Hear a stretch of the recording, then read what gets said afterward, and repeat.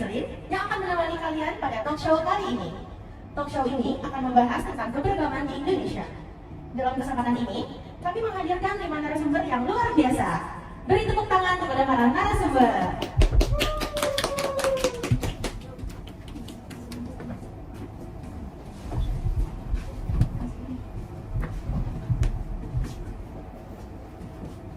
Yuk, boleh pada perkenalan diri dulu kali ya. Halo semuanya, perkenalkan nama aku Bilqis Tiara. Halo, aku Salma Alisha. Halo, aku Alia Albertia. Aku Nazwa Fala. Halo, aku Syakira Maria. Oke, ngomong-ngomong soal keberagaman nih. Kalau dipikir-pikir, Indonesia ini bagaikan permadani yang indah ya. Penuh warna dan motif yang saling melengkapi. Tapi menjaga permadani indah ini juga butuh perhatian dan perawatan ekstra. Nah, sebelum kita bahas lebih dalam, menurut kalian nih, apa sih definisi keberagaman?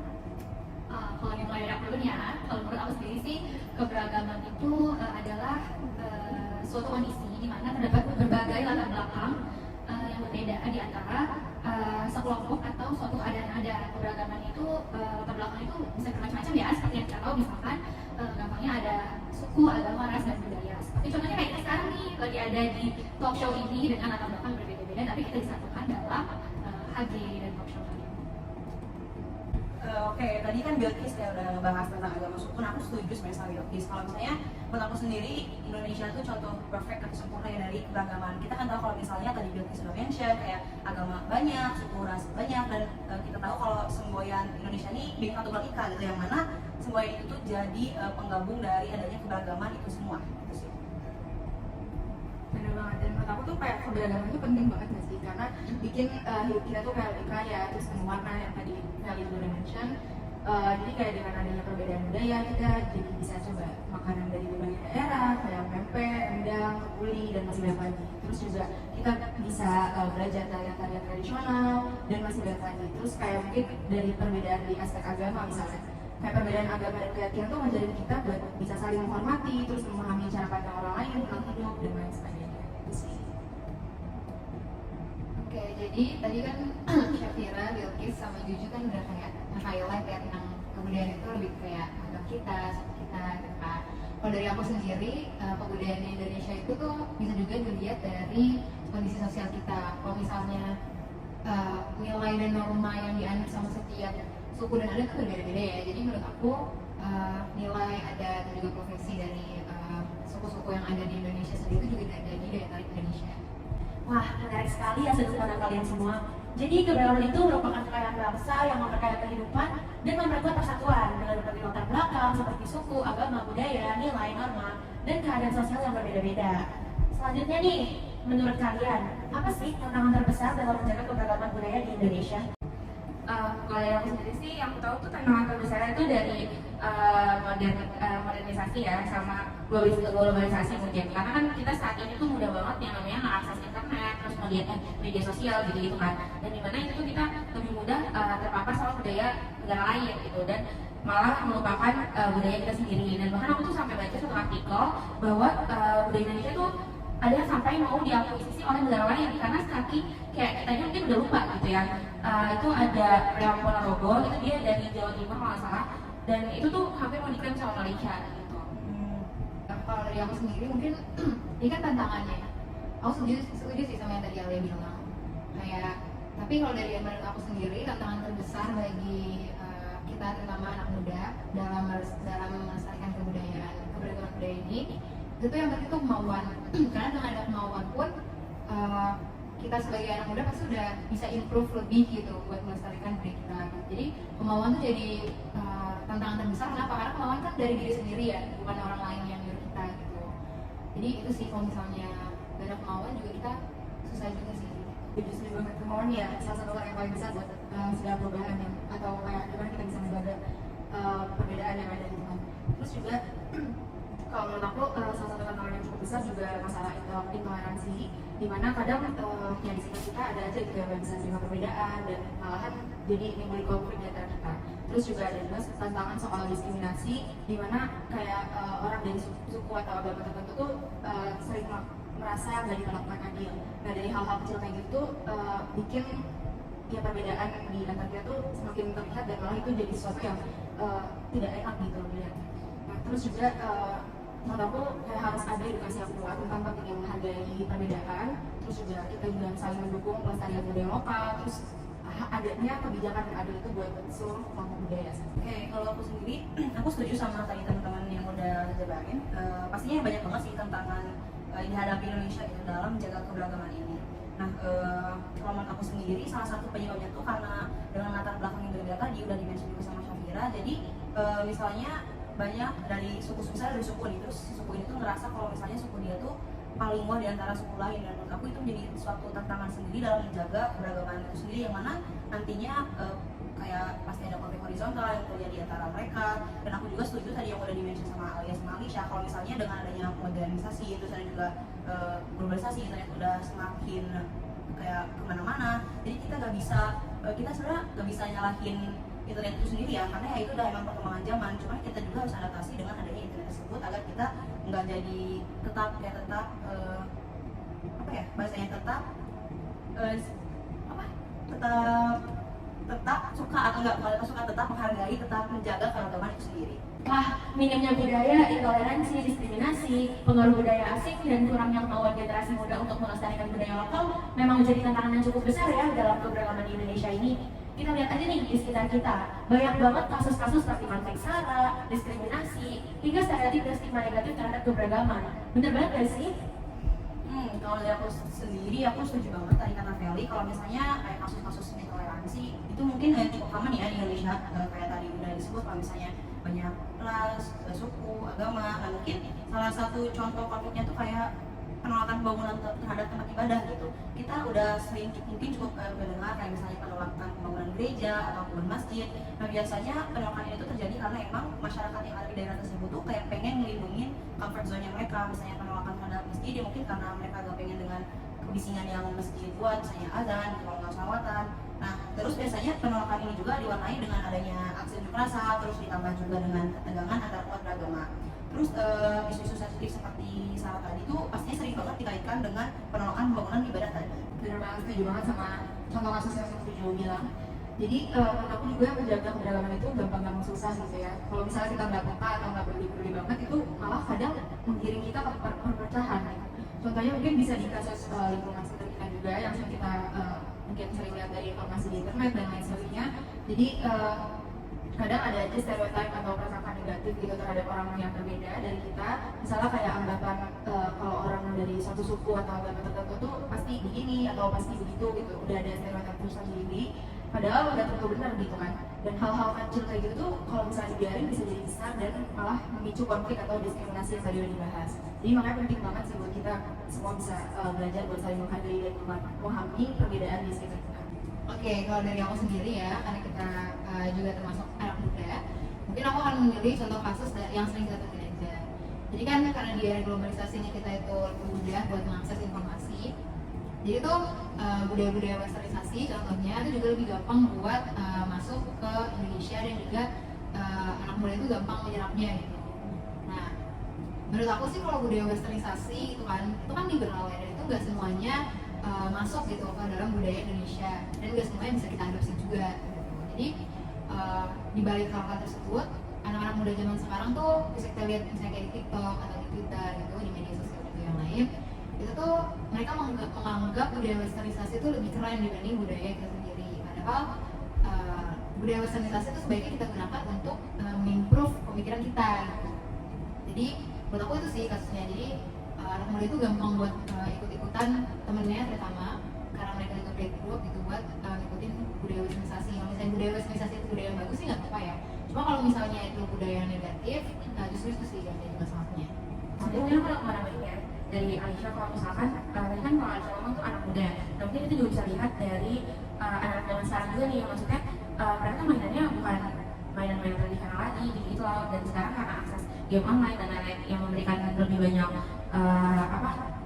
akses yang mudah dan keberagaman yang lebih membuat mereka tertarik gitu. Jadi mereka tuh udah lumayan melupakan permainan-permainan tradisional gitu, apalagi di daerah kota gitu kan, di Jakarta gitu.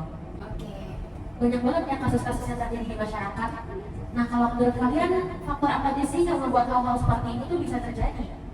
Mungkin aku ngambil contoh kasus misalnya gini ya, di Indonesia itu kan kita terdiri dari berbagai macam suku yang masing-masing tuh hampir semua punya bahasanya sendiri masing-masing. Nah sementara kalau misalkan kita disatukan nih, kan berarti banyak dong bahasa daerah yang kita bawa dari masing-masing daerah. Nah tapi ada sebagian orang yang misalnya dia tuh merasa kalau daerahnya itu atau budayanya itu lebih baik daripada budaya orang lain, jadi memunculkan sikap etnosentris gitu. Jadi misalnya dia ketika berkumpul hanya mau pakai bahasa daerahnya sendiri dan orang tuh harus seperti dia nggak mau bersatu dengan orang lain bisa pakai bahasa Indonesia, padahal notabene dia bisa aja bahasa Indonesia, cuman dia merasa daerahnya yang paling oke nih, jadi semua harus seperti dia. Nah itu bisa jadi salah satu faktornya misalnya ada aja provokasi dari eksternal, misalnya dia tuh dipupuk dari kecil kalau daerah kita nih budaya kita yang paling kuat ya, jadi kamu harus menunjukkan. Nah itu jadi dia dari kecil udah terpupuk kayak begitu, jadi sehingga terbentuk sampai besar dia bukan orang yang bisa menghargai keberagaman dan menganggap kalau budaya itu lebih baik dari budaya yang lain. Itu sih cukup. Ya, kalau dari aku merasa kayak ada beberapa faktor yang kadang bikin intoleransi atau kayak diskriminasi, terus yang tentang SARA dan sebagainya itu masih kejadian di Indonesia. Jadi mungkin yang pertama kayak aku nariknya dari kurangnya pendidikan tentang keberagaman dan toleransi, di mana banyak dari orang tua masih belum diajarin dan belum ngerti dan bisa menerima perbedaan dari kecil. Jadi gampang banget buat kebawa prasangka negatif. Nah terus yang kedua juga dari sisi media sosial, saat ini pastinya juga udah marak banget, semua lapisan masyarakat juga udah pakai gitu ya media sosial, juga sering jadi pemicu gitu, dimana informasi yang salah atau kayak hoax itu gampang banget menyebar dengan cepat dan meluas dengan lebih jangkauannya lebih besar lagi dan bikin orang tuh jadi lebih mudah terprovokasi. Jadi kadang-kadang berita-berita yang memecah belah masyarakat tuh malah lebih banyak muncul daripada yang positif-positif gitu. Nah terus mungkin yang terakhir kayak kebijakan dari pemerintah gitu ya yang mungkin gak adil atau kurang penegakan hukum bisa juga memperparah diskriminasi yang terjadi di Indonesia gitu. Kalau hukum nggak ditegakkan atau kurang tegas atau kurang adil itu orang-orang bisa merasa bebas buat berlaku diskriminatif tanpa takut sama konsekuensinya gitu sih kalau menurut aku.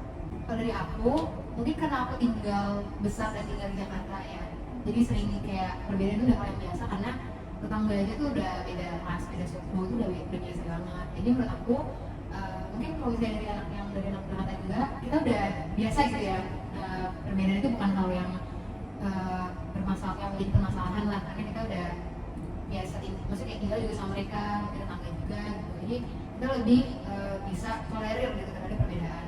Mungkin kalau menurut aku kejadian-kejadian intoleransi terhadap perbedaan itu lebih banyak terjadi di daerah-daerah yang dimana orang itu tuh lebih kemudian lebih ke daerah-daerah itu kan. Jadi mereka tuh udah terbiasa ada di comfort zone mereka dengan orang-orang yang sama kayak mereka. Jadi begitu ada misalnya orang yang punya pemikiran atau kebiasaan yang berbeda dari mereka tuh mereka cenderung lebih menolak akan perbedaan tersebut. Jadi itu sih menurut aku kenapa intoleransi itu bisa kejadian terutama di daerah-daerah yang menurut itu cukup homogen. Benar banget nih, aku setuju banget sama kalian semua. Minimnya edukasi, pengaruh media sosial, dan kurangnya penegakan hukum di Indonesia ini berpengaruh banget. Nah, tapi dari kalian nih, menurut kalian gimana sih cara yang efektif untuk mengatasi hal-hal ini supaya nanti ke depannya itu nggak akan terulang lagi? Mungkin kalau dari aku, kalau misalkan dalam konteks kesulitan kita menjaga keberagaman datangnya dari faktor eksternal, berarti solusi yang bisa kita lakukan itu gimana caranya kita memproteksi diri, gimana caranya kita bisa menyaring sebaik mungkin informasi-informasi yang kita nggak perlu yang malah membuat kita jadi nggak bisa menjaga keberagaman. Contohnya mungkin yang bisa kita lakukan supaya kita tuh semakin baik dalam menyaring informasi, bisa jadi banyak membaca nih, karena orang yang banyak membaca itu kan ilmunya semakin luas ya. Dan orang yang ilmunya banyak, dia akan terbiasa dengan banyaknya paham-paham yang ada nih. Dia udah tahu kalau ada orang yang berpikir seperti ini. Jadi kalau misalkan dia kedatangan sesuatu hal yang berbeda dari budaya yang biasanya dia dapati, dia nggak akan kaget. Bisa jadi salah satunya Oke, aku setuju juga sama Bilkis. Tadi kan udah di-mention juga sama Alicia. Kalau sebenarnya aku tuh kayak orang yang datang dari daerah gitu, terus lingkungannya cukup homogen dan jujur aja di lingkungan yang aku tinggal tuh kayaknya hampir semua orang tuh muslim ya. Nah ini sebenarnya kejadian real. Jadi di daerah aku tuh ada cewek muslim, cuma memang nikahnya tuh beragama. Nah itu tuh kayak dari bulan-bulanan inilah kayak kok dia gak sholat Idul Fitri ya, kok dia gak ke masjid ya, kok kayak kita gak pernah ngelihat suaminya tarawih, istilahnya juga bahkan kita jarang ngelihat keluar gitu. Kita malah sering lihat anaknya. Kita malah sampai mempertanyakan anaknya jadinya agamanya apa ya, kan ibunya muslim sedangkan bapaknya tuh ya kayaknya dia Kristen gitu.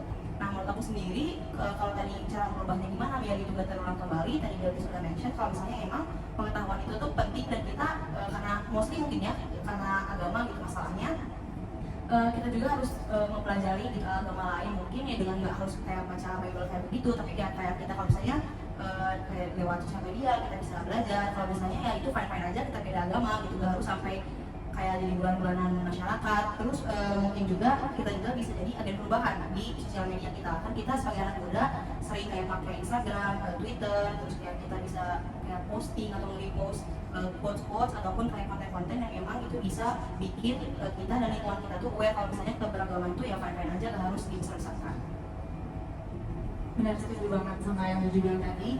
Jadi kan untuk bisa menjaga masyarakat Indonesia yang beragam banget budayanya, rasanya dan sebagainya, yang kita juga harus peduli sama gimana kita bisa membentuk generasi-generasi selanjutnya itu untuk bisa aware dulu sama keberagaman yang ada di Indonesia gitu.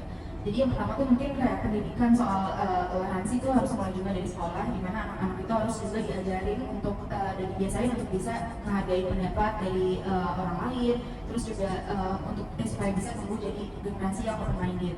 Terus juga penting banget untuk cross check kalau misalnya di media sosial gitu yang tadi juga Becky sudah mention tentang literasi, penting banget buat kita verifikasi informasi yang kita dapat sebelum kita percaya atau sebelum kita share lagi ke orang lain, supaya kita tuh nggak gampang ke bawah hoax yang bisa pecah belah antara kita gitu. Terus juga mungkin salah satu dari penegakan hukum juga harus tegas dan adil untuk bisa menanggulangi dari diskriminatif atau intoleransi yang terjadi, dan supaya bisa orang-orang dari berbagai budaya itu merasakan keadilan yang nyata di sekitar kita gitu sih. Oke, aku nambahin dikit sih ya. Tadi kan udah dibilang juga sama Cucu pandangan dia dari orang yang bukan dari Jakarta. Tapi menurut aku dari semua hal tersebut, salah satu faktor yang juga bisa kita lakukan itu adalah gimana cara kita nyikapinya. Kan? Karena ya jujur aja kan pasti semua orang punya cara menyikapi dan punya pandangan sendiri ya. Jadi lebih baik daripada kita yang terlalu memperbesar masalah tersebut tuh lebih baik kayak jadi kita lihat sisi positifnya aja gitu. Mungkin kayak memang hal tersebut bukan hal yang biasa atau mungkin hal yang salah gitu, tapi itu kan ya udah buat gede-gedein. Terus habis itu sebagai mahasiswa sendiri kan kita masih mahasiswa ya, salah satu cara supaya kita tuh bisa meningkatkan rasa toleransi kita itu sesimpel dengan kita misalnya ikut organisasi gitu kan balik lagi karena kita tuh bisa terjadi intoleransi tuh karena kita nggak biasa ketemu orang-orang yang beda sama kita, karena kita nggak biasa ketemu sama orang-orang baru. Nah hal-hal tersebut tuh bisa kita improve dengan bisa kita tingkatin gitu ya dengan cara kita tuh ikut organisasi kegiatan-kegiatan baik di kampus kita atau di kampus. Dengan begitu tuh kita bisa ketemu dengan orang-orang yang beda dan kita juga bisa ngerti kalau perbedaan itu gak selamanya hal yang buruk. Tepuk tangan dong buat semua speakers kita.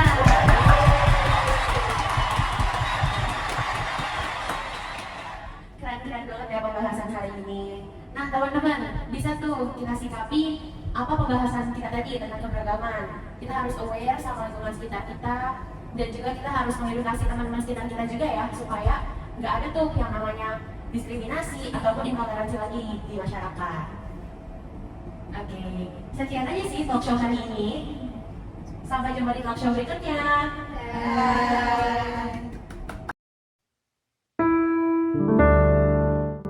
Bentala merindu bahari. Tuhan meramu bentala dalam keberagaman. Berharap lahirnya amerta seiring rotasi purnama. Demikian, terpatrilah persatuan oleh pendar tali bendera. Teraminkan harap dan doa oleh tangan para Indonesia.